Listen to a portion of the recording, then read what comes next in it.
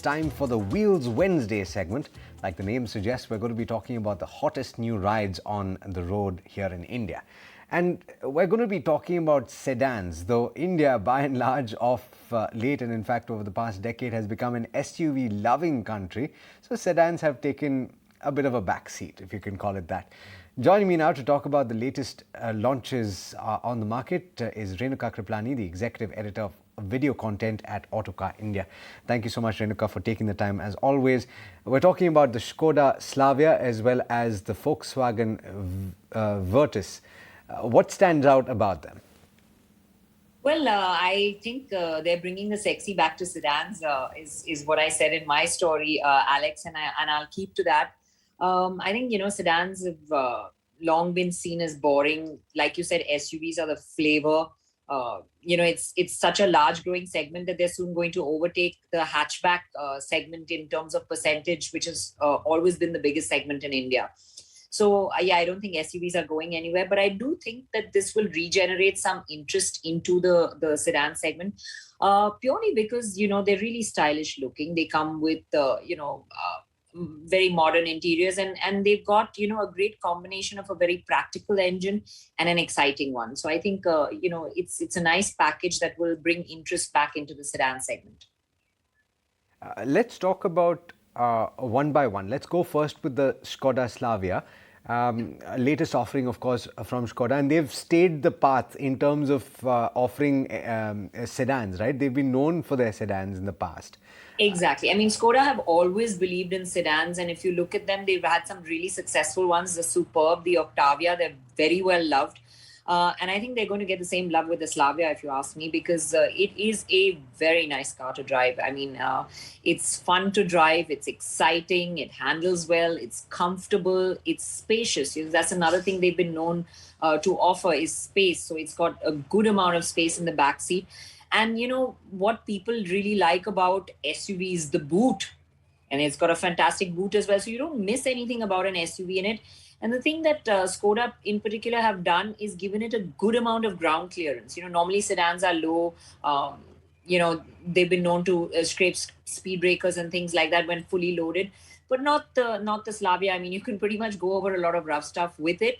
It's got, I think, the highest ground clearance in the segment. So I think they've tried to position it in a way to draw some people away from that, SUV segment that want large backseat, boot, plus ground clearance. So I think these are the key features of the Skoda Slavia. I know it has a really marvelous 1.5 liter engine, which is very, very exciting to drive. Let's talk about the Virtus as well. And we were talking about this before the program, right? What does it mean? What's the pronunciation? It turns out that it is a virtue from ancient Rome, which carries connotations of valor and manliness and excellence and courage. So at least the name sounds really exciting, Renuka. What can you tell us about the car? Well, I haven't experienced it personally in the flesh yet, but going by what all my colleagues say and all the reports that we've put out, I think it's very, very exciting. I think they've kind of differentiated the 1.5 liter from the 1 liter a lot more than Skoda did. So it gives you that feeling of being a sporty sedan, which is different. It's in the segment, nobody's really done that. So they've made it quite exciting, and the interiors are also really good. So I think there's a lot of virtue in the Virtus, but we haven't driven it yet, and that's going to come up later in April. So once we drive it, we'll really be able to differentiate and see whether it is that different from the Skoda Slavia. Ultimately, they're both, siblings. And that has been the case for several offerings by Volkswagen as well as Skoda in the past. A couple of questions in one. How do they stack up against the other sedans? I'm guessing you could talk about some of the offerings from Honda as well. And how do they stack up against the same price range if you were to talk about the other classes? So in terms of the other sedans, let's talk about, maybe how they are. I think what these sedans stand out for the fact is I think they're the largest. They're offering, some of the largest dimensions in the segment. Like I said, a largest boot, good ground clearance, even the length. They're pretty wide as well. So they are spacious. So that is key about them in the segment. And like I said, performance wise, they've got class leading figures with that 1.5 liter engine.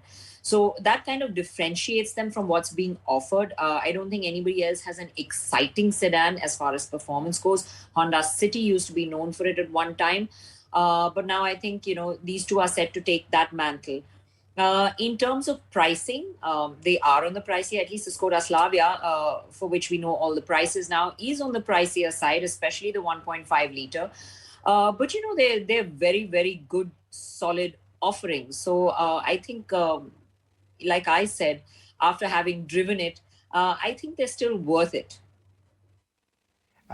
Would you? They would compare in pricing sense, they would compare to the Honda City pricing. Let's put it that way. They're closer to the Honda City than the rest in the segment. A Ciaz or something like that would definitely offer far more value. So if you're looking only at value, then probably this is not the direction to look at, although the base models have been priced pretty well as well. That's interesting. The 1 liter engine with the base model is not too bad. Okay. The final verdict then, in terms of whether or not you anticipate that potential SUV buyers would be lured by this, because that really was the peg of this conversation. Do you think that will happen? I think enthusiasts, people who enjoy driving, there's a difference that an SUV can never do what a sedan can. So when you enjoy driving, I think those kind of people will really like these cars, and they will definitely come back to the sedan segment because there's something more exciting there now. I mean, for a long time, I think the sedan segment had moved so much towards practicality and just practicality. This is bringing the excitement back. All right. I think this sets the tone for conversations that we will have in the future. Renuka, thank you so much for joining in. Always a pleasure speaking with you. Thank you, Alex. Thank you for having me as always.